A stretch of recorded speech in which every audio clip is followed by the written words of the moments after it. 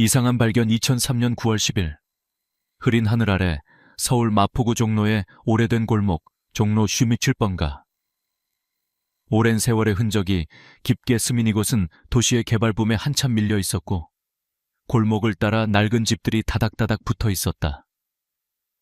언젠가 번화했을 법하지만 이제는 세월에 밀려 거미줄처럼 얽힌 골목길과 곰팡내 나는 담벼락만 남아있는 구역이었다. 이른 아침 대일철거라는 이름의 철거 회사 트럭이 27번지 앞에 멈췄다. 노동자 6명 그리고 팀장인 임재곤 54세은 전날 회사로부터 이곳 주택 철거가 급히 잡혔다는 연락을 받고 부랴부랴 모여든 참이었다. 철거 이전에 큰 문제 없었냐는 현장 감독의 짧은 브리핑 후 어렵게 써진 주인 이름, 장대철이 박힌 낡은 우편함을 마지막으로 훑어보곤 중장비와 공구를 챙겨 집 안으로 들이닥쳤다. 주택은 이미 오랜 세월 방치되어 있었다. 곰팡이로 뒤덮인 벽지, 처진 천장, 군데군데 부서진 마루가 한때 누가 살았는지조차 알기 힘든 풍경을 보여줬다. 미리 들어온 부동산 직원은 이 집이 최소 5년은 비어 있었다고 귀띔했다. 곧 철거될 집치고는 유난히 시린 공기가 방 안을 가득 메우고 있었다. 노동자들은 절차대로 벽과 천장부터 해체하기 시작했다. 소음이 골목에 퍼졌고 주변 상가와 주민들도 시크하게 지나쳤다. 오전엔 별다른 문제 없이 처리가 됐다. 그런데 점심시간이 지난 후 트럭 옆에서 식사를 마친 팀원들이 다시 집으로 들어갔을 때 또 다른 분위기가 감돌았다. 팀장 임재곤은 거실 한가운데 낡은 탁자와 먼지 쌓인 유리잔 더미를 옆으로 치운 후 바닥 설계를 확인했다. 도면상 특별한 구조가 없어 소형 차감기로 바닥을 파내려기 시작했다. 10여 분이 지나 차감기 끝에서 단단한 금소금이 들렸다. 처음엔 철근이겠거니 했으나 산산이 부서지는 느낌과 함께 한 구역만 유난히 색이 밝고 표면이 매끈했다. 팀장님, 여긴 뭔가 다릅니다. 막내 김영수의 외침에 모두 모여들었다. 팀장 임재곤도 굳은 얼굴로 바닥을 두드려봤다. 오래된 시멘트 바닥이 곳곳 금이 갔음에도 딱 그 자리만 새롭게 보강된 듯했다. 차감기 힘을 올려 조금씩 부수자 곧 흰색 분말이 섞인 부스러기와 상상하기 힘든 고약한 냄새가 확 번졌다. 매캐함과 함께 뭔가 썩은 듯한 단순한 하수구의 악취도 아니고 먼 옛날 동물 사체 냄새와는 전혀 다른 인간의 본능적 거부감을 자극하는 냄새였다. 순식간에 현장에 고요가 퍼졌다. 이거 뭔가 문제 있다. 임재곤 팀장은 매뉴얼대로 장갑을 끼고 부식된 시멘트 틈에 손전등을 비췄다. 뜻밖에도 보통 토사가 아니라 흡사가루처럼 남은 백색의 분말과 그 아래 검은색 더미가 얽혀 있었다. 누군가 농담처럼 장판 밑에 쥐가 묻었나 봐요 했지만 팀장은 바로 제지했다. 임재곤은 중장비를 멈추라고 지시했다. 일단 멈춰. 냄새가 심상치 않아. 위험물 아니면 시체일 수도 있어. 잠깐 동안 서로 미심쩍게 바라보다가 그 순간 바깥에 있던 노동자 이수혁이 얼굴을 찡그리며 말했다. 여기 진짜 냄새가 이상한데요. 오줌, 썩은 뭔가, 화학약품 같은 게 뒤섞였어요. 다들 무의식적으로 입을 틀어막았다. 차감기에서 뻗어나온 구멍은 불과 몇십 침이지만 안에서는 차가운 바람과 냄새가 계속 새어나왔다. 최악의 경우는 산업 폐기물 혹은 불법적으로 폐기된 독성 화학물질이었다. 하지만 뭔가 더 근원적인 공포가 현장에 번지기 시작했다. 임재곤은 휴대전화를 꺼내 경찰서로 전화했다. 서울 마포경찰서 신속대응팀으로 연결이 됐다. 여기 마포 종로 27번지 주택 철거 현장인데 하수구나 일반 악취가 아니고요. 이상한 뭔가를 파냈습니다. 시멘트 밑에 시체일지도 몰라요.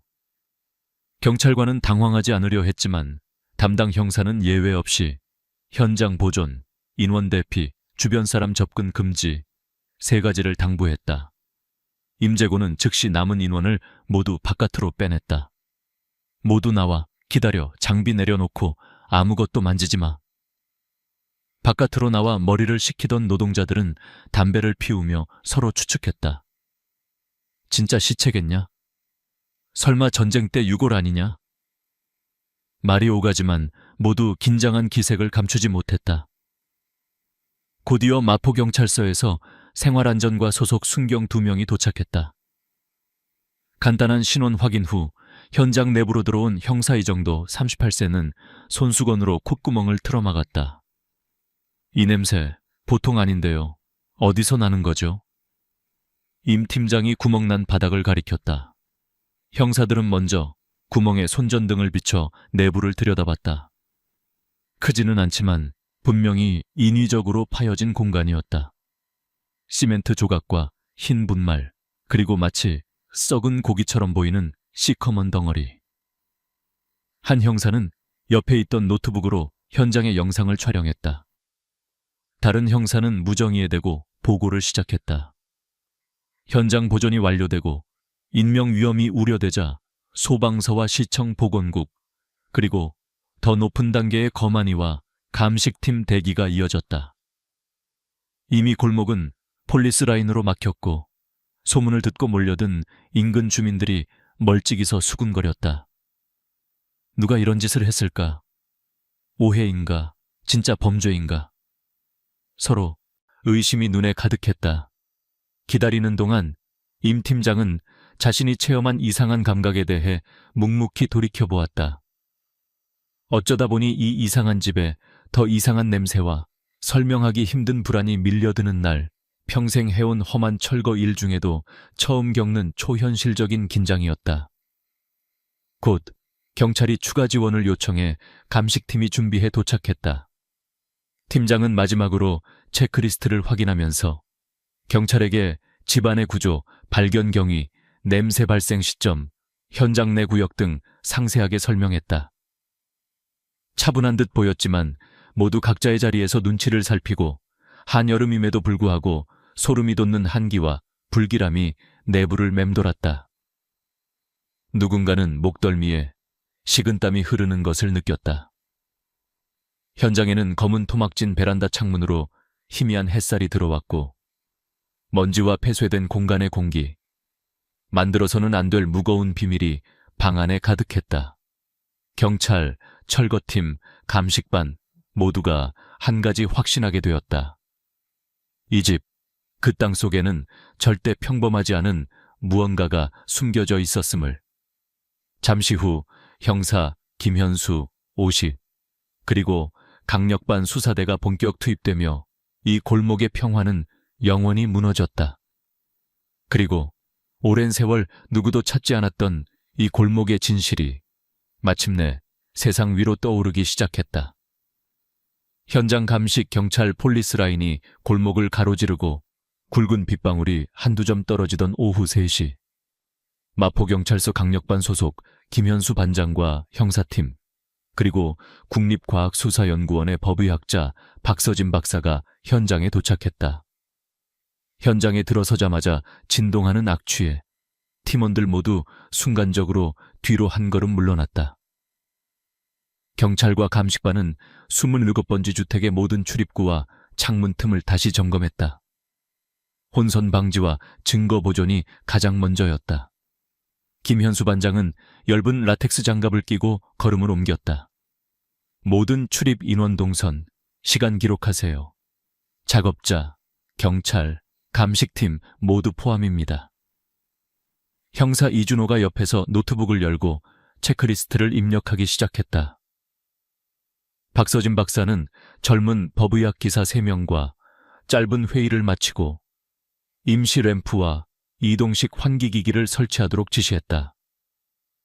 마치 수술실처럼 거실 한복판엔 밝은 조사등이 켜졌다. 먼저 공기 중 시료 채취부터 이상 휘발성 화학물질이 있는지 확인합시다. 공기 샘플과 표본이 채취되고 감식팀 한 명이 시멘트 부스러기와 하얀 가루 일부를 증거봉투에 담았다. 누군가 호기심에 한 걸음 다가가려 하자 박서진은 단호하게 손을 들어 막았다. 흔적 남기지 마세요. 한 걸음 뒤로요. 바닥, 시멘트, 먼지, 하나까지 다 기록해야 합니다. 작은 구멍을 중심으로 크고 뚜렷한 색의 시멘트 경계, 불규칙하게 갈라진 틈에서 새로운 시멘트 냄새와 구식 무기물 냄새가 뒤엉켰다. 박 박사는 휴대용 탐침기로 시멘트 경계면을 가볍게 긁어 상태를 기록했다. 이건 최근 10년 이내에 덧대어진 겁니다. 다른 구역과 경도가 다르네요. 경찰관 둘이 크고 무거운 철제 레버를 이용해 시멘트 잔해를 들어 올렸고 그 순간 땅 밑에서 더 짙고 숨 참는 역한 냄새가 뿜어져 나왔다. 한순간 작업장 전체가 조용해졌다. 법의학 팀원들은 마스크와 추가 보호장구를 착용했다. 이곳은 범죄 현장이 맞습니다. 박서진은 소리를 낮추고 조용히 말했다. 시멘트 하부의 인위적인 구덩이, 미답의 분말, 석회, 그리고 인체 분해취가 주요 단서입니다. 이어서 아주 작은 흙삽과 솔, 핀셋, 샘플링 백이 등장했다. 법의학 기사들은 마치 고고학자처럼 한 겹 한 겹 시멘트와 분말, 토사를 걷어냈다. 긁혀 내려간 먼지 사이 흰 골편 조각 하나가 시야에 들어오자 모두 숨을 죽였다. 법의학 기사 최영진이 박사님, 대퇴골로 보입니다. 라고 조용히 외쳤다. 박서진 박사는 곧장 내려가 라이트를 비추고 부드러운 솔로 골편을 세심하게 노출시켰다. 골편 주위에 뿌려진 석회가루, 그리고 부분적으로 갈라진 흙더미, 미묘하게 검은 반점들은 모두 정교하게 계획 시도된 은폐의 흔적이었다. 이런 감식 작업은 초조하게 느려 보이지만 팀원들은 매 단계를 체계적으로 기록하였다. 골편, 석회, 흙, 유기물 섞임, 얼 촬영, 좌표 표시, 실시간 체증. 한편으로는 내부 매핑을 만들고 발견물의 상대적 위치와 깊이를 3D로 재현했다. 자정을 넘어서 좀 더 넓은 범위의 바닥을 열어가자 유골은 한두 개로 끝나지 않았다. 층층이 교차로 쌓여있는 다수의 유골이 계단식으로 드러나기 시작했다. 복수의 시체가 후속적으로 같은 장소에 집적된 형태. 박서진 박사는 노트에 적으며 중얼거렸다. 정상적인 살인 은폐와 다르다.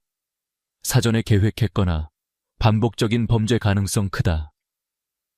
경찰, 감식팀, 법의학자들은 더는 두려움이나 당혹감 대신 눌러담은 철저함과 프로의식으로 움직였다.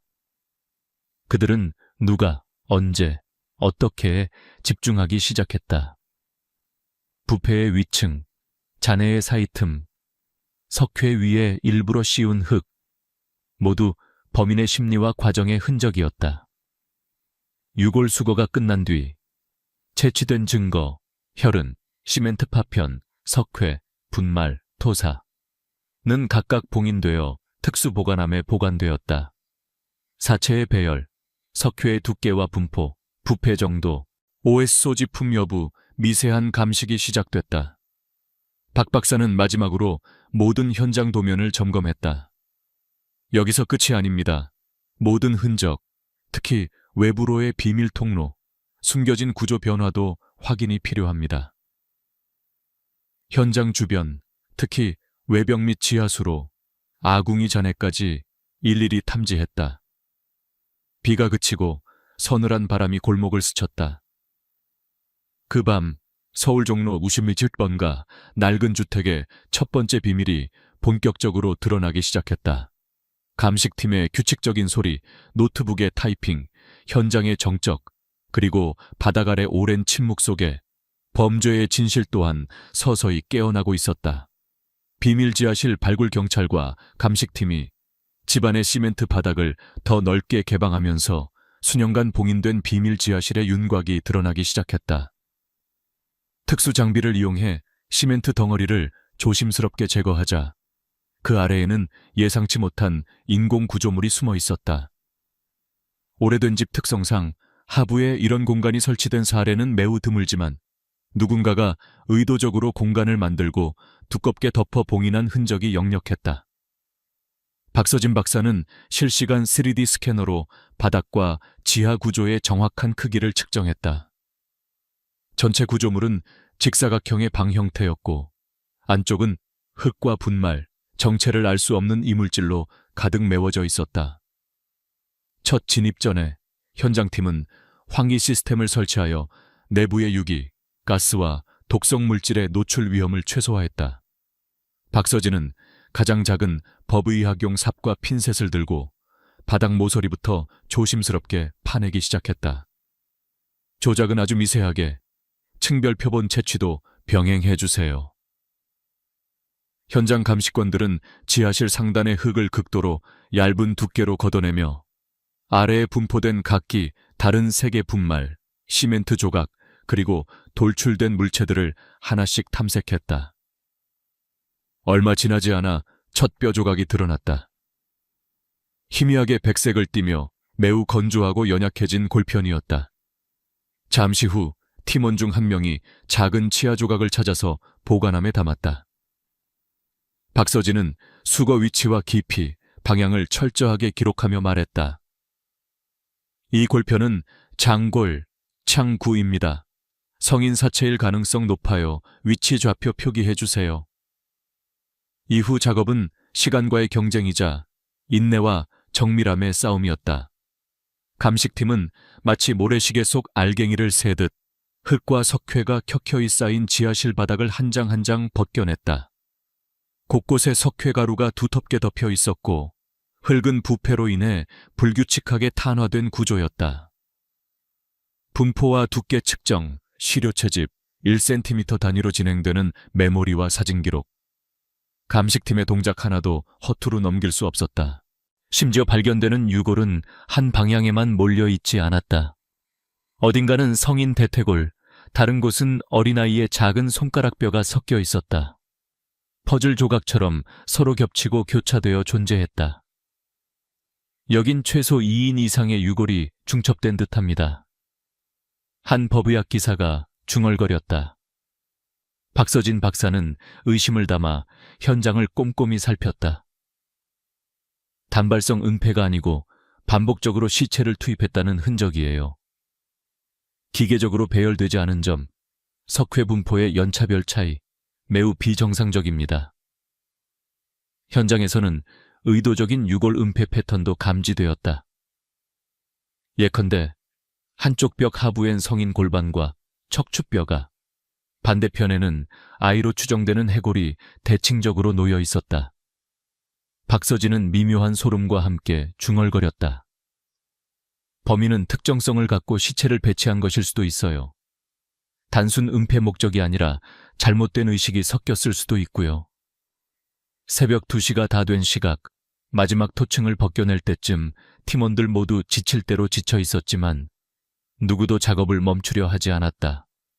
박서진은 강한 LED 플래시를 비추며 유골 아래에 깔린 낡은 옷까지, 플라스틱 단추, 부식된 소형 장난감을 하나하나 집어들었다. 아이의 유골임이 거의 확실했다. 나이대, 미치지 않은 성인의 섬섬옥수가 아니야. 약 8, 10세 라고 스스로 소근거렸다. 한편 현장 정리에 돌입한 이준호 형사는 지하실 외벽을 꼼꼼하게 두드리며 혹시 추가 공간 또는 비밀 통로가 있는지 확인했다. 건축 구조상 옆집과 경계 부분 혹은 오래된 수도관 자리에 의심 표시를 했다. 나중에 혹시 있을지 모르는 사체 유기 경로 추적의 준비였다. 몇 시간의 집중 작업 끝에 박서진은 유골 주요 부위를 각각 봉투에 분리 보관하고 유해 주변에서 채취된 토양, 석회, 의류잔해, 금속류, 미확인 이물 등을 종류별로 분류했다. 모든 샘플은 신속 동결 후 냉동 보관, 내일 새벽 국과수 온사이트 트럭으로 바로 이송합니다. 현장팀은 잠시 모두 모여 유골 배열, 사체 중첩, 석회 흑층 분포, 추가 증거물, 옷, 소형 장난감, 금속 부스러기 등을 하나하나 복귀했다. 금속 단추는 1900급 1890년대 스타일이 확실합니다. 이 장난감은 혹시 양산연도 확인 가능할까요? 박서진이 질문했고 젊은 감식관이 라벨과 생산 코드를 살폈다. 현장 정리 마지막 단계, 모든 발굴 위치는 3D 포인트 클라우드로 백업되고 각 유골의 상하 배치와 석회층의 두께가 도면에 기록됐다. 경찰은 원형 보존을 위해 작업 후 즉시 덮개를 씌워 외부 공기 접촉을 차단, 혹시 있을 추가 악취와 유기 분해의 확산을 미연에 방지했다. 비밀 지하실 발굴이 종료되자 현장엔 극도의 정적과 함께 중대한 임무가 남겨진 듯한 공기가 감돌았다. 그날 밤 약 8시간에 걸친 악전고투 끝에 세상 밖으로 드러난 것은 단순한 유골뭉치, 육구가 아닌 서울 도시 내 한복판에서 벌어진 오랜 세월의 진실 그 자체였다. 각자 집으로 돌아가는 발걸음마저 무거웠다. 현장 감식팀은 다음 날 새로운 단서를 추적할 준비를 하며 박서진 박사는 이미 머릿속으로 X선, DNA, 동위원소 분석 계획을 세우고 있었다. 땅속에 봉인된 시간, 그리고 그 시간 속에 봉인된 누군가의 비밀이 비로소 깨어나려 하고 있었다. 피해자 신원 확인 및 1차 소견 비밀 지하실에서 발굴된 유골 6구가 국립과학수사연구원 임시 시체 안치 트럭으로 옮겨지자 감식팀과 형사팀 모두 숨을 돌릴 틈 없이 분주하게 움직였다. 박서진 박사는 곧장 이동식 실험실에 자리를 잡고 각 유해의 외형 및 주요 특징을 꼼꼼히 기록하며 1차 분석에 들어갔다. 유골의 신원 파악은 감식의 첫 관문이었다. 박서진은 각 뼈의 크기, 길이, 형태를 육안과 3D 스캐너, 엑스레이로 조합해 시스템에 입력했다. 먼저 체격과 노화 정도로부터 사망 당시 연령대와 성별을 추정했다. 첫 번째 유골은 비교적 신장이 크고 부피감 있는 대퇴골과 골반 구조를 보였다. 치아 마모와 골격 성장이 완성된 점, 무릎뼈의 퇴행성 흔적과 두개골 봉합 상태를 분석했다. 성인 남성, 사망 당시 대략 45세, 치아 교합도와 턱선 근육 부착으로 종사 직업까지 일부 추정 가능해요. 두 번째는 상대적으로 넓은 골반, 작은 두개골과 장골. 세심한 관찰을 거쳐 박 박사는 말했다. 성인 여성입니다. 대략 309-35세. 치아 상태 양호, 골결정 밀도로 미루어 임신이나 다산 경험은 없어 보입니다. 생활 패턴 흔적은 없지만 외상 지점 특별히 주의 깊게 관찰해야 해요. 세 번째 유골은 왜소한 체격. 성장판이 닫힌 상태에서 나온 키와 두개골 형태로부터 성인 남자임을 확인. 나이는 25-30세로 추정. 치아 마모 패턴이나 골절 흔적이 젊은 노동계층임을 말해요. 네 번째 유골은 전체적으로 작은 골격에 척추가 아직 성장기에 멈춰 있는 것이 특징이었다. 이건 고등학생 또는 청소년 여성. 박 박사는 육안상 16-18세로 판명하고 부위별 외상 흔적이나 사인에 대한 예비 소견을 함께 기재했다. 마지막으로 펼쳐진 두 유해는 가장 미묘했다. 타 유해보다 월등히 짧은 긴장골, 미완성된 치아, 그리고 미세한 성장판 봉합으로 박 박사는 숨을 들이켰다. 아이, 최소 8세, 최대 10세. 두 구 모두 비슷한 연령대, 성별은 아직 판별 어렵지만 골반 폭이나 두개골 구조로 남자아이일 가능성이 높았다. 박서진은 1차로 부위별 외상을 신속하게 체크했다. 첫 번째 남성 유골의 두개골에는 심각한 함몰 골절과 파열 흔적, 두 번째 여성 유골의 목 부분에는 발치 깊은 상흔과 무골, 목뼈, 파손이 관찰됐다.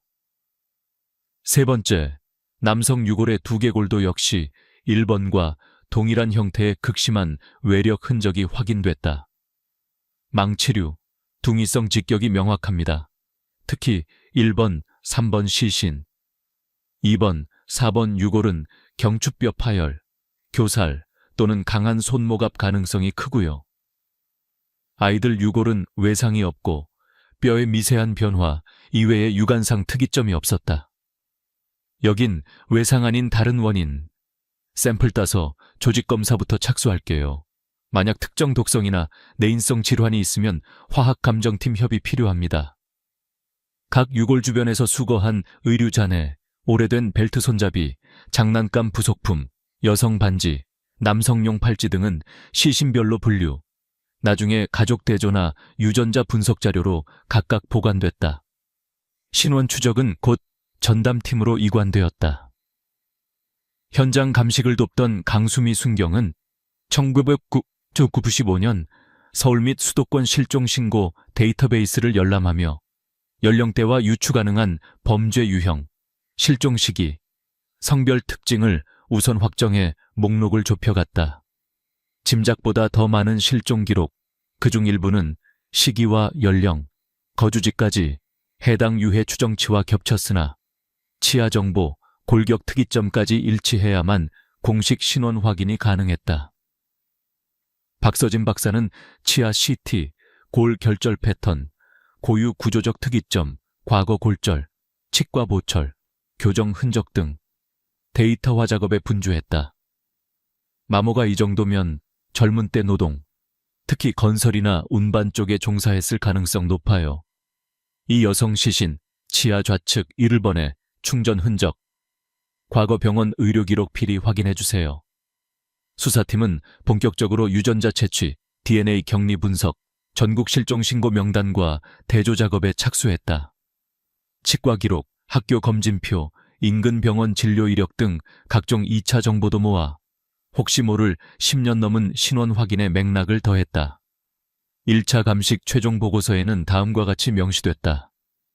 사망자 6명, 성인 남성 2, 성인 여성 2, 그중 1명은 미성년자로 추정, 아동 2명, 성인 남성, 심한 두부 함몰된 외상, 도구에 의한 타살 가능성, 성인 여성, 미성년, 경추골 파열, 교살, 소아, 외상 미발견, 사인 불명, 독극물 의심, 사망 추정 시기, 유해 부패도, 석회 분포, 2차적 유기 패턴 분석 결과, 991 95년 사이, 유해 배열 양상, 우연성 없는 의도적 집적 중첩, 사후, 석회 및 시멘트 봉인.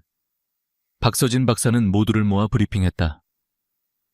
돌발적 폭력과 치밀한 은폐가 반복됐고 사인과 외상, 시신 배치에서 다수의 목적성, 당시 현장 주거 환경이 모두 영향을 준 케이스입니다. 구체적 신원 확인이 끝나면 범죄와 피해자들 사이의 관계, 동기, 사건의 재구성이 시작될 것입니다. 형사팀의 표정엔 결연함과 초조함이 교차했다. 모두가 알고 있었다. 이 유골 역구의 신원과 사인을 최종적으로 밝히는 순간 서울 종로 27번지의 오랜 저주와도 같은 진실이 비로소 움직이기 시작할 것임을. 주택 소유주 추적 유골이 6구 이상 나왔다. 이 집의 원래 소유주는 누구인가? 현장 지휘관 김현수 반장이 감식이 한창인 가운데 옆방으로 이동해 수사팀과 시급히 논의했다. 경찰서 담당관 강수미 순경은 곧장 태블릿을 꺼내 등기부등본 시스템에 접속했다. 서울 마포구 종로 27번지 해당 필지와 건물 등기 내역, 재산 소유 이력이 시간대별로 화면에 뜨기 시작했다. 최초 등기에는 1970년대 초 장대철 장다아저 일환이가 단독 소유자로 명시되어 있었다. 나이는 확인되지 않았으나 1973년 자필로 등본 명의를 만든 이래 1998년 사망까지 변동 없이 그 집을 소유하고 있었던 사실이 드러났다. 강수민은 바로 인근 동사무소, 주민센터, 전산 시스템으로 넘어갔다. 가족관계, 호적상 변동, 상속 내역까지 검색합니다. 1980년대 2000년대까지 서류 파일의 상당수는 디지털화 전의 종이 자료라서 구청 기록보관실 담당 직원과 전화로 몇 차례 실랑이가 이어졌다. 2시간 후 그녀는 노랗게 바랜 스캔본 주민등록증과 함께 가족관계 증명서를 확인했다. 장대철, 1923년 평북 태생, 1962년 결혼, 1978년 부인 사망, 1998년 사망, 상세사인, 뇌졸중 추정. 직업란엔 한의사, 동의사라 표기되었다. 가장 눈에 띄는 건 자녀 기록. 외아들 장우현, 장유셴, 1958년생, 이 유일한 직계 상속자임이 수록되어 있었다. 다음 변수는 사망 이후 주택 소유권 문제였다. 1998년 장대철 사후 단 한 번만 소유권 변동 등록이 이루어졌다. 상속자인 장우현이 등기를 이어받았으나 실거주는 없고 2003년까지 집을 방치했던 기록이 있었다. 강수미 순경은 미묘하게 말한다. 4, 5년간 집을 방치했다는 건 가족 내부 사정 문제가 있었던 것 같아요. 이쯤에서 김현수 반장은 주변 탐문에 형사팀을 붙였다. 종로 우시무 7번가 일대 삼건대 40년 이상 살아온 원주민은 거의 남아있지 않았다. 하지만 맞은편에 26번지 철물점 주인 그리고 선입번지 미용실 사장은 단골로 장대철을 기억했다. 그 양반 아주 조용하고 외골수였어요. 이웃하고 인사도 잘 안 하고요. 장우현, 그 사람은 아버지 집엔 거의 오지도 않았어요. 한의사 집 아들이라더니 언제 부산인가로 떠났다던데요. 구체적 진술을 얻기 위해 경찰팀은 장우현의 최근 행적 추적에 착수한다. 호적상 주소지는 부산 해운대의 대형 아파트 단지. 장우현은 1980년대 후반부터 부산으로 무대를 옮겼고 부동산 업계에서 일정 성공을 이룬 소문난 사업가 경력이 인터넷 뉴스 기사 일부에 실려 있었다. 경찰은 그간의 주택 거래 내역 및 통신 기록, 등기 이전 양식까지 받아 분석에 돌입했다. 유독 의미심장한 것은 1994-5년경 실제 장구현이 아버지 장대철과 연락한 공적 기록이 급감했고 심지어 1999년 상속 이후에도 서울로의 공식 왕래 흔적이 찾기 어려웠다는 점이다. 장우현이 실제 상속집을 왜 수년간 완전 방치했는지 타 사유지들과 달리 도시정비사업 등이 본격화될 당시에도 거래에 소극적이었는지 의문이 남았다. 김현수 반장은 추론한다. 사건 발생 추정 시점과 상속, 거래 동향에 충돌점이 있다면 가족 사이 숨겨진 갈등 혹은 집 자체에 얽힌 더 깊은 문제가 있었을 수 있다. 실제로 부동산 사무소 구인 명세서와 유언장 공증 내역을 받아본 결과 장대철 사망 약 4년 후 2003년에야 최초로 매매 계약이 시도된 정황이 확인됐다. 추가적으로 경찰과 행정조사팀은 장대철의 한의원, 현재 폐업 외 옛 환자 명부, 병원협회 출입기록, 1990년대 치료 관련 의료보험 신고대장까지 법적 절차로 확보했다. 그 과정에서 장대철 사망 이전 동네 및 의료계에서 고립된 노인, 기이할 만큼 자신만의 공간에 집착, 지하실은 환자도 친지조차 접근 차단 등 증언도 수집됐다. 최종 정리된 수사보고서에는 27번지 주택은 1970년대 이래 장대철 단독 소유, 동의사로 활동하며 부인상 후 사실상 은둔. 1998년 사망 이후 외아들 장우현이 단독 상속하나 실거주 및 관리 흔적 미미. 2003년 정식 매매, 철거 직전까지도 방치, 가족 및 인근 관계자 조서상 오래전부터 외부 접근이 원천 봉쇄된 공간임이 확인. 이러한 기존 사실들과 앞서 발견된 유골, 석회 및 시멘트로 은폐된 지하실, 연령별 다양하고 중첩된 피해자 구성 등이 결합되며 주택 소유주가 직접적 혹은 간접적 범행에 관여했다는 1차 추론이 힘을 얻기 시작했다. 수사팀은 이제 부산에 거주하는 장구현을 공식 참고인 주의인물로 소환할 준비에 착수한다. 이 집과 그 지하실과 당신들의 가족에게 도대체 무슨 일이 일어난 거죠? 워낙 오래되고 고립된 골목, 점점 거세지는 비, 낡은 벽 너머 숨겨진 진실 한 조각이 또다시 세상으로 드러날 순간을 모두 숨죽여 기다릴 수밖에 없었다. 상속인 신문 장우현이 부산에서 서울 마포경찰서로 소환된 것은 발견 소식을 접한 지 이틀 뒤였다. 정장 차림의 말끔한 인상, 중후한 분위기였지만 먼 거리와 예상치 못한 상황 탓에 얼굴에는 초조함이 역력했다. 경찰청 2층 조사실 오후 2시. 형사 이준호와 팀장 김현수는 형식적 인사 후 바로 본론으로 들어갔다.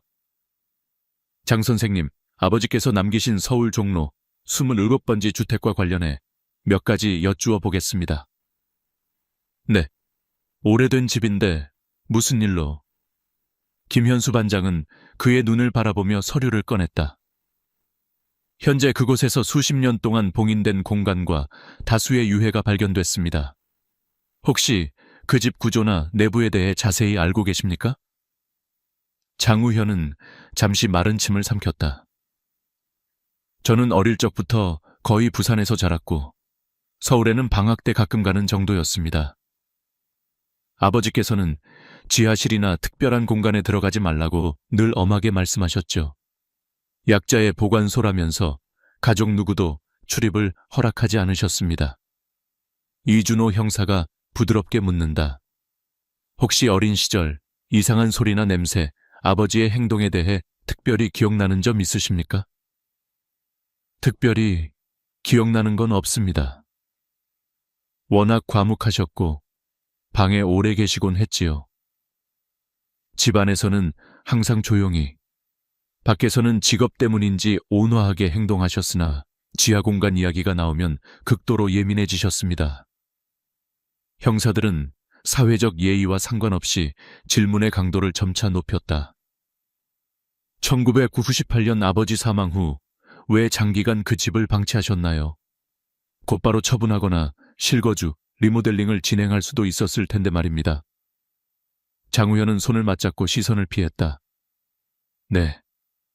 사실 어머니 돌아가신 뒤 가족이 무너졌고 아버지와의 관계도 점점 멀어졌습니다. 상속 등기를 마치긴 했지만 집을 직접 관리할 시간도 감정도 여유가 없었어요. 부산에 사업이 시작돼 신경을 쓸 틈이 없었죠. 김현수 반장은 즉시 이어서 문서 한 장을 꺼냈다. 1994-5년 종로 일대 재개발 추진 때 부동산 압박과 이권 분쟁이 있었다는 진술이 있습니다. 당시에 혹시 누구와 분쟁 혹은 갈등을 겪으신 적 있습니까? 장구현은 고개를 저었다. 저는 몰랐습니다. 오히려 그 즈음 아버지는 집에 관련된 대화조차 꺼리셨고 외부인 출입도 절대 막으셨습니다. 심지어 저나 친척이 방문해도 특정 방엔 절대 들이지 않으셨죠. 혹시 가족, 친척 또는 동네 관계자를 통해 집에 관한 협박이나 이상한 소문을 들으신 적은요? 없습니다. 사업 때문에 거의 연락이 끊겼으니 사실 그 집은 기억도 흐릿합니다. 수사팀은 그의 진술에서 모순, 회피, 심리적 동요를 탐색했다.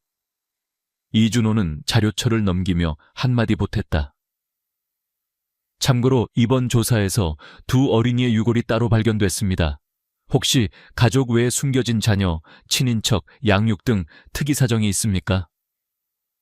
장우현의 안색에서 분명히 순간적인 경직이 느껴졌다. 그런 사실은 없습니다. 다만 젊을 때 어리석은 일이 있었지만 모든 것은 아버지와 상의했고 법적 혼인관계 밖의 일도 없습니다. 아이 문제로 아버지와 감정이 크게 상했던 건 맞아요. 당시엔 어린 마음에 책임감도 없었고 오랫동안 그 상처를 피하고 싶었습니다. 형사들은 장우현의 시선이나 손동작, 숨소리, 미세한 표정 변화를 놓치지 않았다. 김현수는 다시 깊게 파고들었다. 전문가 소견에 따르면 아이 유골에 물리적 외상 없이 특정 약물 독성 성분의 가능성도 있다고 합니다. 당시 한의학, 약재와 관련된 가족 내부 사건이 있었나요? 장우현은 재빨리 시선을 내리깔며 답했다. 저는 정말 모릅니다. 아버지가 극심한 스트레스와 불안에 시달렸지만 가족끼리는 제대로 이야기하지 못했고 그 집에선 항상 어색한 기운이 감돌았습니다. 조사는 3시간째 이어졌고 형사들은 장우현이 의도적으로 거리를 두고 진실을 감추는지 단순한 감정적 회피인지 판단하기 위해 추가 진술을 반복 요구했다. 그의 대답은 일관되었으나 특히 아이와 관련된 부분, 지하실 존재와 사용 목적에 관해선 분명한 불안과 모호함이 번졌다. 조사 말미 김현수는 자료를 정리하며 말했다. 장 선생님, 이 사건은 단지 과거 가족사의 슬픔이 아니라 수십 년 억압되고 방치된 서울 한복판의 집단 범죄입니다. 앞으로도 추가적 진술, 자료 제출, DNA 확인 등 수사 협조가 필요합니다. 장우현은 고개를 깊게 끄덕이며 답했다. 알겠습니다. 부끄럽고 두렵지만 가족과 진실 앞에 할 수 있는 건 다 하겠습니다. 조사실엔 한동안 침묵만이 흘렀다. 긴 시간 동안 꾹꾹 눌린 감정, 오래된 집과 가족, 그리고 결코 다 밝히지 못할 것 같은 진실. 모두가 이 한 공간에서 서로를 압도하고 있었다. 이웃 진술. 새로운 목격자 경찰이 사건 현장 인근 수사를 확대하며 미용실과 철물점 등 오래된 상점을 중심으로 주민 탐문이 진행됐다. 그중 특별히 눈에 띈 인물이 있었다. 62세의 이창원 씨. 그는 27번지 바로 옆 29번지 주택에서 평생 살아온 인물로 마포 일대에선 누구나 아는 베테랑이었다. 경찰은 오전 9시 차분한 표정의 이 씨를 조사실로 불러들였다. 창밖엔 가을비가 조용히 내리고 있었다. 형사팀은 이 씨가 예전에 다른 범죄 사건에 참고인 경험이 있어 증언 과정에서 특별히 신중을 기했다. 김현수 반장이 먼저 물었다. 이 씨, 1994년 말살 무렵 바로 옆집에서 밤늦게 대형 공사나 수상한 움직임을 본 적 있으십니까? 이 씨는 잠시 생각에 잠기더니 정색한 얼굴로 입을 열었다. 지금도 또렷이 기억납니다. 그해 연말이었어요. 평소엔 조용하던 27번지 집에서 그 밤에 갑자기 둔탁한 소리가 계속 이어졌죠. 시멘트 바닥을 부수는 쿵쿵 소리, 그리고 종종 들리는 마치 무언가를 질질 끄는 듯한 거친 금속음. 형사는 고개를 끄덕이며 더욱 자세히 묻는다. 그 사건이 그때 한 번만 있었나요? 그 밖에 이상한 점이 더 있었는지요? 사실 그 시기가 아니어도 이 집에선 가끔 밤중에 괴이한 냄새가 진동하곤 했습니다. 귓가에 맴도는 이상한 소리 말고도 아침이면 자네가 살짝 문 쪽 골목 물가에 흩어져 있었어요. 한 번은 새벽에 일어나 보니 장대철 씨가 온몸에 시멘트가 잔뜩 묻은 채 무거운 느낌으로 울타리 쪽을 허둥지둥 걷는 모습도 봤습니다. 평소처럼 인사라도 하려 했지만 그날만큼은 날 피하는 듯했죠. 경찰은 기록을 멈추지 않고 그날 이후 집안이나 주위 분위기 변화에 대해 더 구체적으로 물었다. 이 씨는 깊은 한숨을 내쉬었다. 어느 날부턴가 집에 드나드는 사람이 크게 줄었고 장 씨 본인도 원래보다 더 은둔적인 모습을 보였다는 게 동네 모두의 소문이었죠. 그 무렵 이후 27번지는 정말 죽은 집처럼 변했습니다. 이 씨가 말하는 동안 형사 이준호는 과거 동네 기록장과 쓰레기 수거 일지까지 추가로 점검했다. 1994년 말 그리고 95년 초 단기간에 쓰레기 배출량이 급증했고 시멘트 포대, 석회 자루 등 평소와 다른 폐기물이 집중 회수된 사실을 확인했다. 당시 누군가 집에 들어오거나 싸움 소리가 난 적은 없었습니까? 이 씨는 고개를 천천히 저었다. 겉으론 조용했죠. 하지만 이상하게 가끔 슬쩍 창문을 통해 들여다보면 거실에 낯선 사람들이 모여서 심각하게 논쟁하는 듯한 분위기가 비치곤 했습니다. 한밤에 누가 현관 근처에 잠깐 다녀가는 모습, 그리고 얼마 뒤엔 금방 불이 꺼지고 정적만 남았던 기억이 납니다.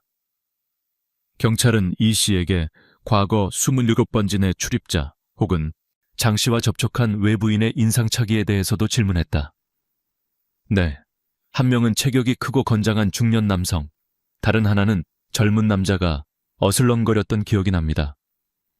여자는 키가 작고 주로 장 씨와 식료품을 사러 나갔고요. 이름까지는 몰랐지만 자주 드나들던 것 같습니다. 이 씨의 증언은 수사팀에 큰 충격을 주었다. 기존엔 단순 은둔형 노인이었을 것이라던 장대철의 행동에 은폐 강박 외부인 접촉이라는 새로운 조각이 입혀졌다. 더불어 실제 현장에서 목격된 복수인물과 정황이 피해자 기록과 맞물리면서 여러 가설에 힘이 실렸다. 형사팀은 이 씨의 증언이 구체적이고 연도, 시간, 행동 패턴 등 비교적 정확한 점을 높이 평가했다. 그러나 한편으론 그가 혹시 기억을 각색하거나 의도했을 가능성도 배제치 않았다. 장 씨, 혹시 그 시절에 집에 대한 소문 혹은 동네 사람들이 의심한 점은 더 없었나요? 이 씨는 잠시 망설이다 조심스럽게 답했다.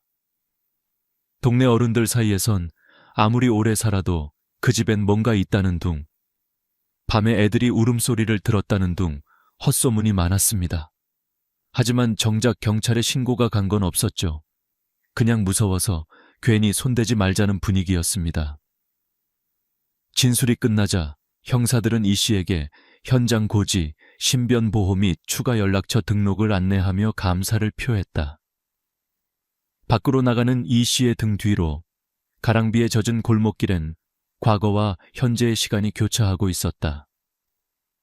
그의 간접적이면서도 구체적인 증언은 오랜 침묵을 깨고 사건의 진실로 더 가까이 다가갈 실마리가 되었다. 피해자 신원 최종 확인 6월 감식과 1차 외형 분석이 끝난 이후 국립과학수사연구원과 서울청 강력팀은 본격적인 신원조사에 착수했다. 남은 과업은 단순히 연령 성별 추정에서 벗어나 육구의 시신이 과거 어느 실종 사건과 관련된 인물들인지 그들의 구체적 인생사를 밝히는 일이었다. 박서진 법의관은 첫 단계로 모든 골격의 치아와 턱뼈 사진, 구강 내 충전재, 의치, 고유치열을 정밀 촬영했다.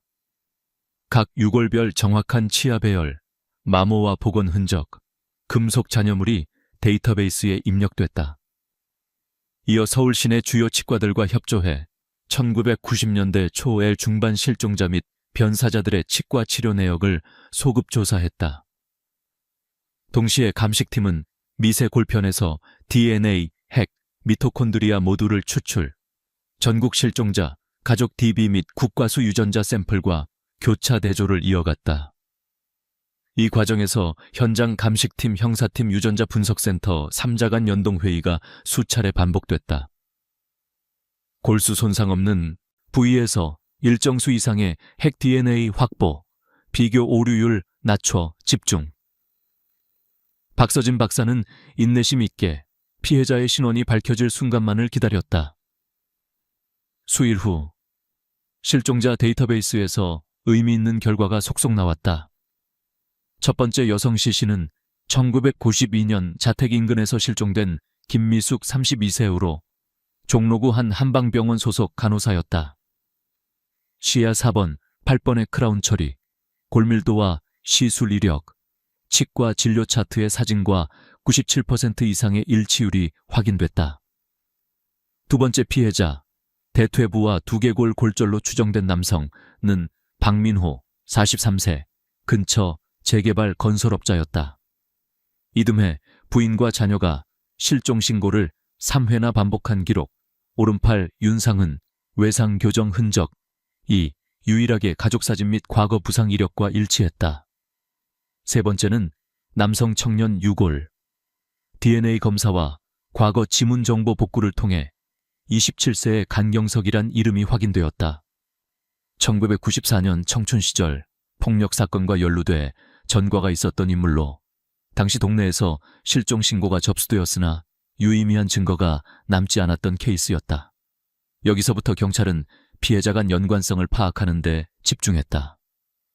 감식 결과 이 3명은 1995년 종로 신주택 개발 관련 분쟁, 장대철 및 아들 장우현과 각종 거래 갈등, 심지어 협박까지 주고받은 정황에 앞선 탐문과 문서를 통해 드러나고 있었다. 즉, 단순한 우발이 아닌 특정 재산권 다툼에 엮인 이해관계자였던 셈이다. 아이들과 관련된 신원 확인은 한층 어려웠다. 형사팀은 미취학 아동 실종자, 입양 및 보호소 이탈, 유전자 샘플 미등록 아동까지 총망라해 정보망을 넓혔다. 수차례 가족 DNA 요청이 반복되고 전국 학교, 보건소, 사회복지기관 협조까지 이루어졌다. 최종적으로 법의학팀은 남아있는 미성년 두구 시신의 치아 골격 특징, DNA 염기 서열을 근거로 잔구현의 혼외 자녀임을 밝혀냈다. 1989, 1990년 태어난 것으로 추정되며 통상적 교육 등록 경로에서 벗어나 보호받지 못하다. 집안 내부 사정으로 아버지에게 맡겨졌다. 유가족 진술에 따르면 당시 장우현은 사업과 가족 문제로 극심한 갈등을 겪었고 부친 장대철에게 아이들을 위탁하게 된 과정까지 밝혀졌다. 박서진은 수사팀과 함께 각 피해자의 가족에게 유골 확인 및 사망 소식을 직접 통보했다. 수십 년의 시간 동안 실종자 명단 속 누군가로만 남았던 이들이 드디어 이름과 얼굴을 되찾는 순간이었다. 알림 직후 가족 대기실엔 울부짖음과 허탈, 안도, 분노가 뒤섞였다. 김미숙의 어머니는 딸은 착하고 성실했는데 돌아오지 않을 만큼 끔찍한 일을 당할 줄은 몰랐다며 흐느꼈고, 박민호 아내는 10년 넘게 품어온 고통과 의혹이 현실이 되었음을 인정하면서도 그래도 시신을 찾았으니 천도할 수 있다며 슬픈 미소를 지었다. 이로써 수사 기록에는 다음과 같이 명시됐다. 김미숙 32.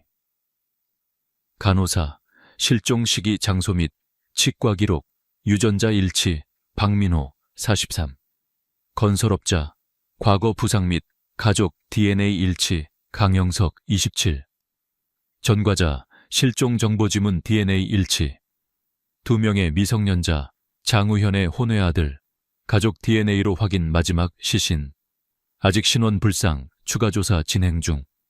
최종 신원 확정으로 인해 미궁에 빠진 장기 실종 사건 여러 건이 동시에 일단락되었으며 서울 지역 사회엔 충격과 경각심을 남겼다.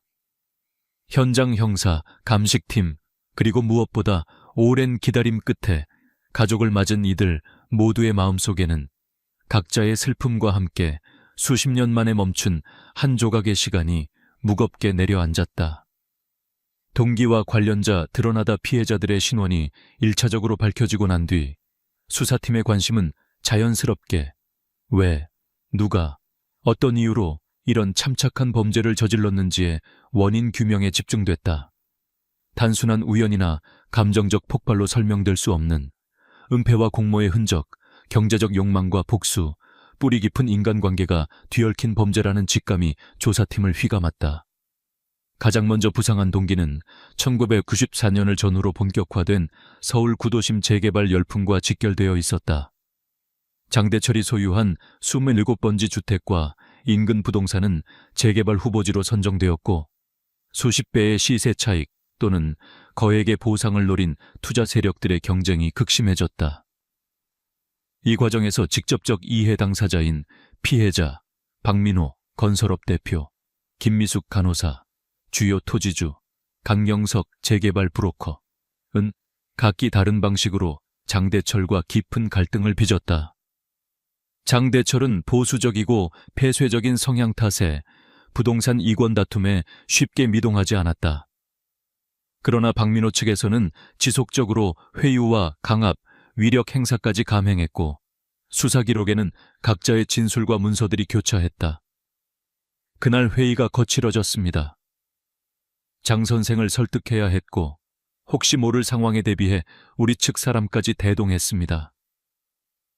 살벌한 분위기였고 결국 언성이 높아졌어요. 장 씨가 손에 망치 비슷한 금속 도구를 쥐고 나오는 걸 봤어요. 이로써 피해자와 피의자, 그리고 배후 인물까지 특수한 긴장 관계가 형성되어 있었다. 함께 드러난 인연은 피해자들 간의 이중적 관계였다. 김미숙은 한방병원 간호사로 장대철과 업무 및 개인적으로 얽혀 있었으며 실종 직전까지 병원 인근 지인들과 집 판다, 안, 판다로 몇 차례 언쟁을 벌인 정황이 포착됐다. 또한 강영석은 사업상 박민호와 오랜 인연이 있었으나 최근 금전적, 법적 분쟁으로 돌아섰으며 심지어 장대철 집에 매입 중개를 내세워 이익을 챙기려다 세 갈래 경로 모두에게 원한을 샀다는 진술도 있었다. 수사팀은 동기 분석 일지의 근본 원인으로 부동산 이익을 둘러싼 격렬한 갈등, 오랜 지인 관계가 복수, 공모, 이중 거래로 변질 김미숙과 장대철 간 비공개 채무 및 사적인 엇갈림, 대외적으로는 분쟁 협상, 내면적으로는 억눌린 분노와 불신을 적시했다. 형사들은 관련자들의 휴대전화, 당시 이메일, 대포통장 거래 내역 등에서 수상한 자금 이동을 추가 확인했다.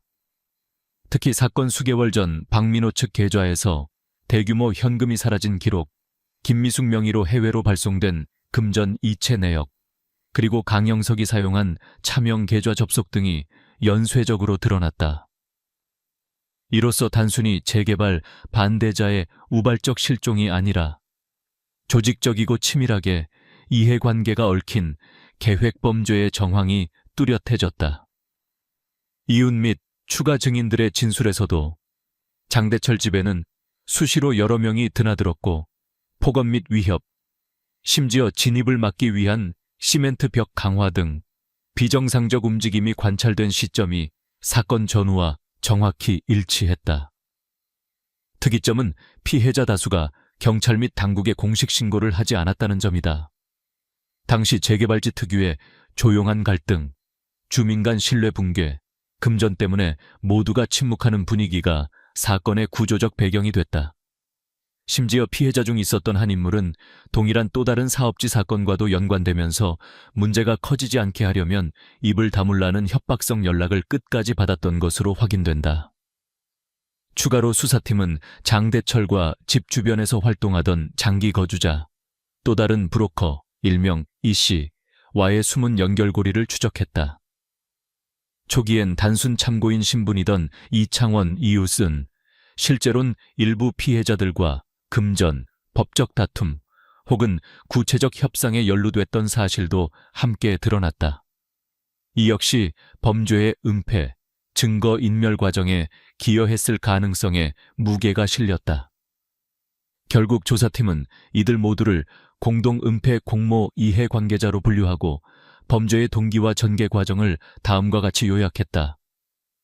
직접적 동기, 부동산과 관련된 보상 이권, 비주 채무 문제, 간접적 동기, 오랜 감정, 관계 악화, 사업상의 암묵적 배제, 범행 과정, 위협, 폭행, 중재 실패 후 공모 또는 은폐 주변 인물, 방관 혹은 직접적 증거 인멸로 범죄 구조 심화이처럼 복잡하게 얽힌 욕망과 갈등, 침묵, 범죄의 연결고리 위에서 서울 구도심의 오래된 집은 수십 년간 비밀을 품고 침묵하고 있었다.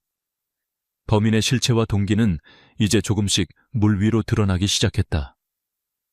결정적 전환점.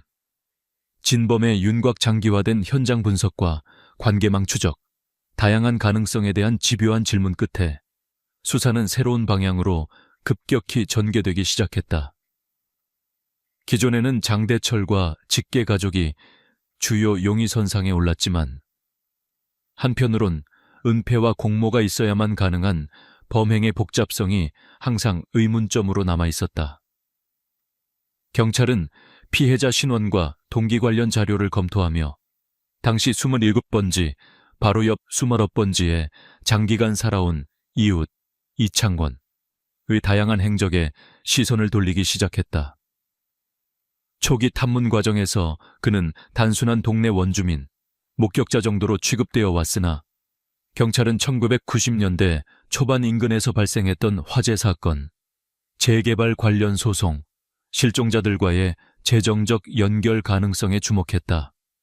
특히 결정적이던 것은 1990년경 25번지 화재 사건 당시 이창원이 박민호 피해자 1번의 회사에서 회계 담당으로 근무했다는 과거 이력, 그리고 그 시기 부정, 회계, 금전, 유용 혐의로 결국 해고되었으며 경찰서에서 간단한 조사를 받고 풀려났다는 기록이었다. 처음엔 별다른 관련성이 없어 보였으나 이후 이창원이 박민호, 강영석 등 피해자들과 반복적으로 갈등과 경제적 마찰을 겪었다는 점이 밝혀졌다. 그는 회사 내 자금 유용 사실을 박민호에게 들키자 집요한 의심과 신문에 시달렸고 실질적으로 협박 및 금품 갈취까지 발생했던 것으로 추정된다. 수사팀은 이창원의 증언 전후 일관성, 과거 직업적 위치, 사건 발생 당시 다수의 출입 기록, 그리고 그가 유독 27번지 내부 구조와 지하실 동향에 밝았다는 점을 재차 검증했다. 실제로 열쇠는 누가 언제 어디에 뒀습니까? 혹시 이웃들이 지하 통로에 자유롭게 드나든 적은 없습니까? 그 집은 저는 몇 번밖에 들어간 적이 없어요. 장 씨는 밖에만 나오면 늘 소극적이고 지하 쪽은 죽어도 들추지 말라고 신신당부했습니다. 이창원은 일관되게 선을 그었지만 경찰은 수집된 증거와 목격자 진술 간 모순, 그리고 폐쇄된 구조 사이 묘하게 일치하는 점들을 연결해 나갔다. 결정타가 된 것은 지하실 구조 도면과 보수공사 기록, 그리고 29번지와 27번지 양쪽 벽면에서 발견된 콘크리트 흔적, 장대철 집과 이창원 집 사이에 비정상적으로 무너진 담장 일부였다. 감식팀은 지하 환기구 추적 중 29번지까지 연결된 오래된 통로의 흔적을 확인했고 일부는 최근 누군가 손을 댄 듯 벽돌과 시멘트 덧칠이 있었다. 곧이어 경찰은 이창원의 금융거래 내역과 통신 기록을 분석했다. 박민호 사망 전후로 거액의 현금이 움직이고 강영석 실종 무렵 대포폰을 사용한 기록, 심지어 김미숙의 실종 전 마지막 발신지가 29번지 근처라는 사실까지 확인됐다. 동네 상인, 폐지수거인, 우편배달부의 추가 진술에서도 이 씨가 밤마다 공구상자를 들고 나와 누군가와 속삭였다. 가끔 담벼락 너머로 시멘트 가루가 날렸다는 등 비정상적 행동이 이어졌다는 증언이 더해졌다. 신문 과정에서 이창원은 평상심을 유지하려 노력했으나 구체적인 공간-시간 행적에 관한 질문이 쏟아질수록 점차 어깨가 굳어지고 손끝이 미세하게 떨리기 시작했다. 아니, 저는 그냥 목격자일 뿐입니다. 그저 오래된 이웃이라서 장 씨나 그 가족 일에 깊게 관여할 이유가 없어요. 그러나 조사팀은 이미 경제적 동기, 금전 유용과 협박, 불화로 인한 복수, 물리적 접근성, 이웃으로서 지하실까지 쉽게 이동 가능, 사건, 은폐 및 증거 인멸에 필요한 시공 경험, 회사 근무 당시 습득, 여러 증인 진술과의 일치 등을 근거로 단순 방조 또는 비이도적 연루를 넘어선 주요 공범 혹은 실질적 가해자로 그의 신분을 전환하기로 결론 내렸다. 수사의 중심이 다닐 범인 장대철에서 점차 공모와 분업 구조로 이동하며 팀 내에는 무거운 긴장감이 흘렀다.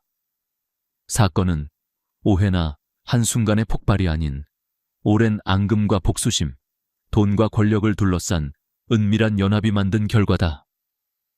형사들은 이창원의 집, 그리고 양쪽 집 사이에 연결 통로와 관련된 추가 압수영장 집행에 착수하며 진짜 범인의 실체와 동기는 점점 선명해져 가고 있었다. 두 아이의 죽음과 가족의 비극 아이, 두 구의 신원이 장우현의 혼외 자녀로 확인된 순간 수사팀 내부에는 모두가 예상치 못한 침묵이 내려앉았다. 경제적 분쟁과 이권 다툼에 가려졌던 가족 안의 비극, 그리고 어린 생명들의 상상할 수 없는 운명이 서서히 드러났다. 사건이 있던 당시 장우현은 젊은 시절 지나친 방황과 욕망, 그리고 결혼하지 않은 여성들과의 복잡한 인간관계로 인해 슬에 두 아이를 두게 되었다. 아이들의 어머니는 각각 개인 사정, 이주, 재혼, 건강 악화 등으로 장우현과의 관계를 끝내면서 결국 두 아이는 아버지 가족, 다시 말해 장대철의 집에 맡겨졌다. 처음 아이들이 집에 들어왔을 때 장대철, 노년의 한의사이자 극도로 폐쇄적인 성향은 손주임에도 불구하고 친밀한 정을 쉽게 내보이지 못했다. 사회에서 가족 체면을 중시했던 노인은 혼외자라는 오명을 감추기 위해 아이들을 주변인이 드나드는 자리에서는 창고방 등에 따로 두었고, 명절에도 방문객이 많을 땐 감췄다. 실제 장우현 역시 바쁜 사업과 복잡한 사생활을 이유로 아이들에 대한 현실적인 돌봄이나 관심을 지속하지 못했다. 형사팀이 장우현에게 수차례 질문을 거듭했을 때 그의 음성은 깊은 자책과 무기력으로 가라앉아 있었다. 사실 아이들에게 마지막으로 편지 한 통 남긴 게 전부였습니다. 그 이상 무엇도 하지 못했던 무책임한 부모였습니다. 장대철의 입장과 행동은 한층 더 절망적이었다. 경찰이 확보한 집안 기록, 약통, 남아있던 처방전, 그리고 이웃의 간접 증언을 종합해 볼 때 그는 아이들을 오랜 두려움과 과대망상, 그리고 세간의 시선에 대한 강박 속에 가둔 채 키워야만 했다. 한의사로서 자부심이 컸던 그는 심신이 피폐해지면서 일부려 약 또는 보양치료라며 어린아이들에게 무분별하게 약재를 섞어 먹이고 꽤 고강도의 한방 처방을 했던 것으로 추정됐다. 법의학팀은 두 아이 시신에서 강력한 독초 성분 아초니틴, 즉 부정근 등에 장기간 노출된 흔적, 그리고 외부 신체상 어른처럼 강한 힘에 의한 직접적 폭행 흔적은 없으나 신진대사 이상과 내장기관 손상, 극도의 영양 결핍이 동반되었다는 걸 밝혀냈다. 사망 직전 아이들은 영양실조와 독성으로 나날이 쇠약해져간 흔적이 있었다. 범행 직후 장대철이 보인 행동에서는 심각한 분열 증세, 자책, 공포감, 망상, 그리고 연민이 뒤섞인 모습이 이웃의 진술로도 일부 확인됐다. 며칠간 그 집엔 아이 우는 소리조차 들리지 않았고 장 씨가 새벽에 혼잣말을 하며 집안을 배회하는 걸 여러 번 봤어요. 어딘가 몹시 불안해 보였죠. 아이들의 죽음이 드러난 뒤 장우현은 형사 앞에서 처음으로 모든 사실을 받아들였다. 그 아이들은 제 불찰과 나약함으로 내몬 피해자입니다. 아무리 변명해도 이젠 용서도 후회도 의미가 없습니다. 두 어린 생명을 둘러싼 진실은 비단 한 가정의 일탈에만 머무르지 않았다. 관리되지 않는 가계, 가족 내 비밀, 심리적 고립, 그리고 외부로부터의 단절이 어두운 결말을 불렀다는 점에서 사회 전체에 큰 충격을 안겼다. 언론은 숨겨진 가족의 그늘, 동양의 가부장제와 고립, 그 치명적 비용이란 키워드로 특집 보도를 이었다. 종국에 장씨집 마루 한켠에 남은 작은 신발 한 켤레와 바랜 인형 한 점이 마치 침묵으로 참혹한 슬픔을 전하는 듯 경찰팀 모두 며칠간 무거운 한기를 떨칠 수 없었다. 아이들은 세상에 철저히 외면당한 희생자였고 남은 가족과 사회는 어른의 죄에 대해 다시금 깊은 질문을 던질 수밖에 없었다. 참혹한 진실과 사건의 종결 장기간에 걸친 치밀한 수사와 연이은 사건 재구성 끝에 검경합동팀은 결정적 증거와 자백을 이끌어내며 이 미제 사건의 실체에 사실상 종지부를 찍었다. 최종 단계는 이웃집 이창원과 장씨 부자의 집을 잇는 은밀한 지하 통로, 그곳에 남아있던 각종 시멘트 조각, 의문의 공구, 혈흔 및 흔적 감식이었다. 감식팀은 환풍구와 벽 사이에 남은 낡은 스패너와 무엇보다 구석진 곳에 숨어있던 피해자들의 개인 소지품, 구형 손목시계, 아동신발, 회사 배지 등을 발견했다. DNA 감식과 추적 끝에 이 모든 물품이 피해자들과 직접 연결됨이 밝혀졌다. 이창원은 장기간에 걸친 조서와 대질신문, 참고인 공범 분류 사이에서 심리적 한계에 도달했고 경찰의 끈질긴 논증, 증거 제시에 심리적 버티기가 결국 무너졌다. 내가 그랬다. 박민호가 내 돈을 들추고 협박까지 했기에 견딜 수 없었다. 그가 사라지면 모든 게 끝날 줄 알았다. 하지만 상황이 꼬이고 중간에 강영석이 협박했고 김미숙은 우연히 본 걸로 날 궁지에 몰았다. 이창원은 범행 과정과 동기, 치밀하게 증거를 은폐훼손한 경위, 그리고 장 씨 집과의 물리적 연결을 자세히 진술했다. 특히 그는 다수의 피해자와 수익, 신뢰, 분노가 얽히는 과정 속에서 점차 조용한 살인자로 변해갔음을 인정했다. 사건의 또 다른 비극적 축인 장대철 노인은 정신적 균형을 상실한 채 두 아이를 돌보는 과정에서 의도치 않은 실수와 극단적 선택을 반복했다. 수사에서 드러난 한의학적 지식과 망상, 자신과 아들, 그리고 집안의 체면에 대한 집착 속에서 아이들에게 지나친 약물 투여와 반김, 독성 약자의 혼용까지 감행했다. 아들 장우현 역시 아이들에게 무관심 회피로 일관했음을 처음으로 인정하며 깊은 자책과 고통에 휩싸였다. 사건을 총괄한 형사 김현수는 이 범죄는 누구 한 명의 악이라기보다 여러 사람의 욕망, 두려움, 침묵, 그리고 가족 내부 불신이 오랜 시간 켜켜이 쌓여 만든 비극이라고 평가했다. 수사팀은 범죄 피해가 단순히 개인 간 갈등 복수에 머물지 않고 사회 구조, 재개발, 부동산 투기, 가족 해체, 공동체의 침묵, 그리고 관습 명예에 대한 집착이 얼마나 극단적 범행을 부추길 수 있는지를 목도했다. 최종적으로 이창원, 다수 살인 및 증거 인멸, 혐의로 법정 송치 장우현, 아동방임 책임 인정, 유기 및 위탁경위 신문 장대철, 사망으로 인한 소추 중지, 정신감정 결과, 참작 관련 일부 이웃과 증인, 방조, 위력 행사 등 추가 조사가 진행되었으며 법원은 이 사건을 두고 전형적인 구조적 심리적 범죄 복합체라 평했다. 사건 이후 유가족들은 언론과의 간담회에서 분노와 슬픔, 그리고 남겨진 책임을 평생 안고 살아가겠다는 다짐을 남겼고 마포 지역사회에도 더 이상 침묵하지 않겠다. 우리 마을의 아픈 기억을 함께 보듬자는 움직임이 일어났다. 지하실에 남겨진 희미한 아이 목소리, 세월 속의 바랜 사진과 신발 한 짝. 이 집이 오랜 침묵 끝에 남긴 흔적은 단순 형사사건의 종결을 넘어 침묵하는 다수의 책임과 건강한 공동체의 필요성을 다시금 일깨우는 역설적 유산이 되었다.